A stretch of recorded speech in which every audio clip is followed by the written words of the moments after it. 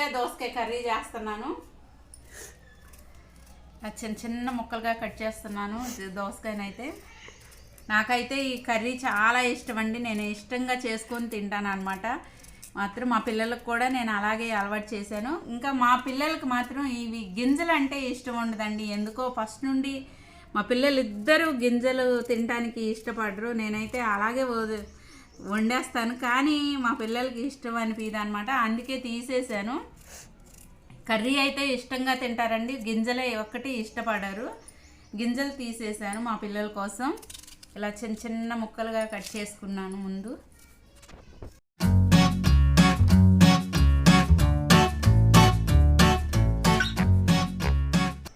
2 దోసకాయలు, 1/2 కేజీ కంటే కూడా తక్కువే ఉన్నాయండి చిక్కుడుకాయలు.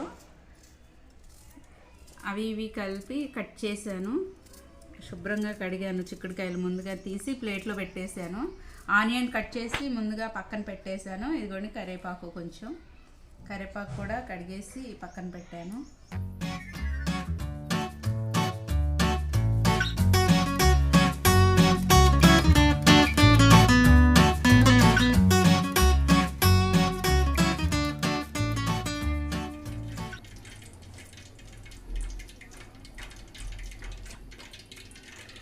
ఫస్ట్ ఆనియన్స్ వేస్తున్నాను. దోసకాయలు 2 ఒక చిన్న సైజు కాయలేనండి ఇవి. 1/2 కేజీ కంటే ఇవి చిక్కుడుకాయలు తక్కువగా ఉన్నాయి. 2 కలిపి కట్ చేసి పక్కన పెట్టాను. ఫస్ట్ ఉల్లిపాయలు అయితే వేస్తున్నాను. ఆయిల్ అంటే ఎవరి ఇష్టం వాళ్ళది కదండి. ఎవరైనా ఒక్కొక్కళ్ళు ఎక్కువ తింటారు, ఒక్కొక్కళ్ళు తక్కువ తింటారు. నేనైతే ఎప్పట్లాగే వేసాను. మా ఇంట్లో కూడా ఆయిల్ తక్కువగానే తింటాము. తర్వాత ఆవాలు, ఇది పోపు దినుసులు వేసాను.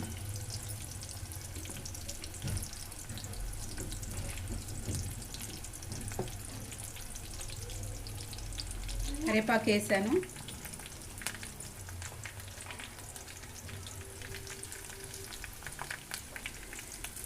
పచ్చిమిర్చి,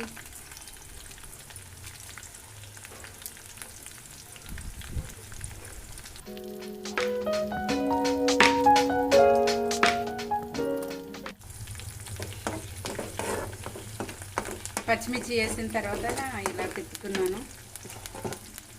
చిక్కుడుకాయలు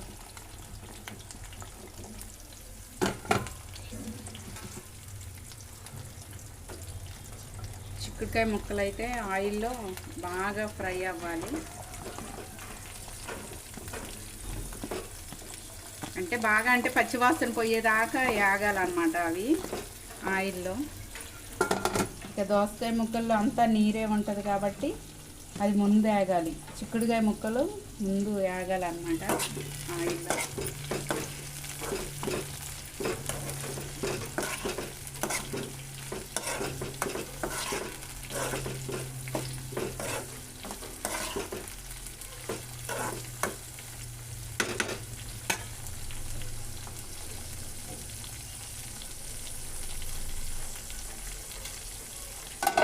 సేపు మూత పెడతాను.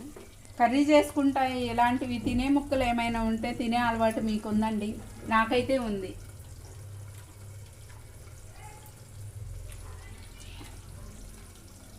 ఇప్పుడు మూత వేస్తున్నాను.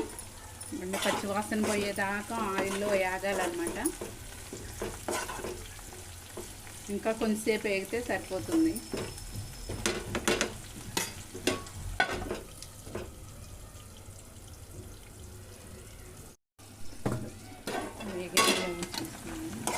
వేగినవండి ఇవి. ఇప్పుడు దోసకాయ ముక్కలు అయితే వేస్తున్నాను.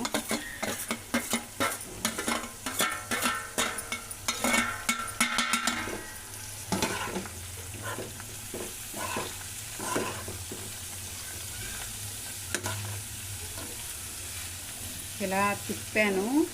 అవి ముక్కలు వేసిన తర్వాత ఇలా తిప్పుకొని సాల్ట్ వేస్తున్నాను.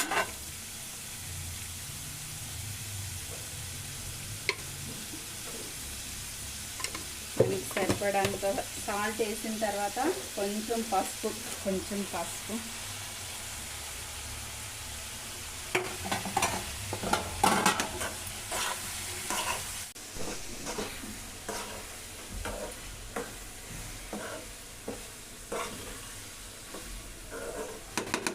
హై ఫ్లేమ్లో అస్సలు పెట్టకూడదండి. కర్రీ చేసేటప్పుడు మాత్రం మాడిపోద్ది. కొంచెంసేపు మూత పెట్టి ఉడికించుకోవాలి.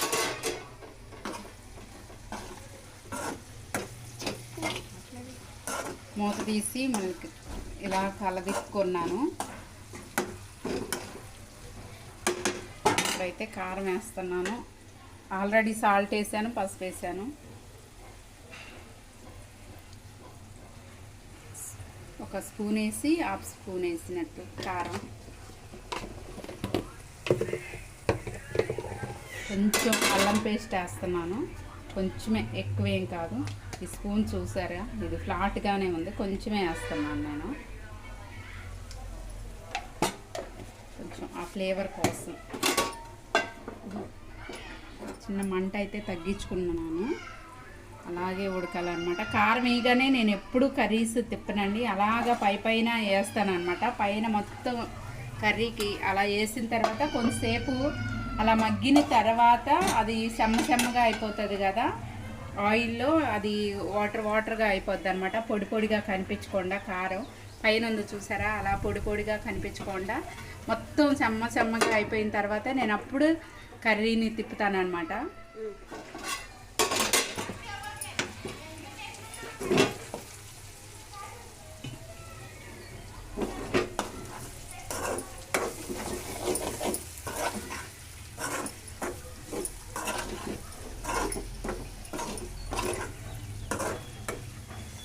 స్మెల్ అయితే గుమాయించి స్మెల్ వస్తుందండి.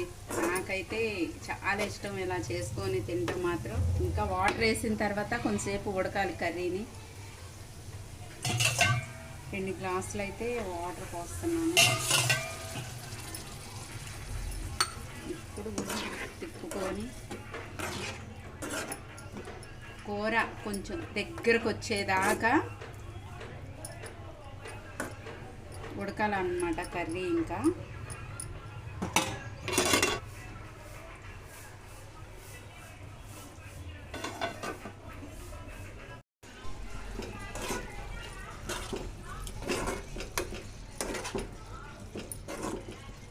కొత్తిమీర వేసుకొని ఇంకా దింపుకోవటమేనండి.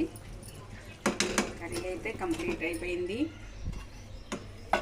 కొంచెం అన్నం పెట్టుకొని తింటాను నేను. నాకైతే ఆకలి వేస్తుంది.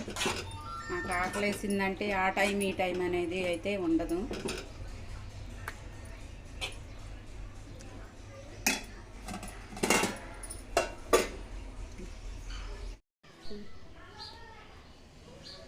కూర టేస్ట్ అయితే సూపర్ ఉందండి.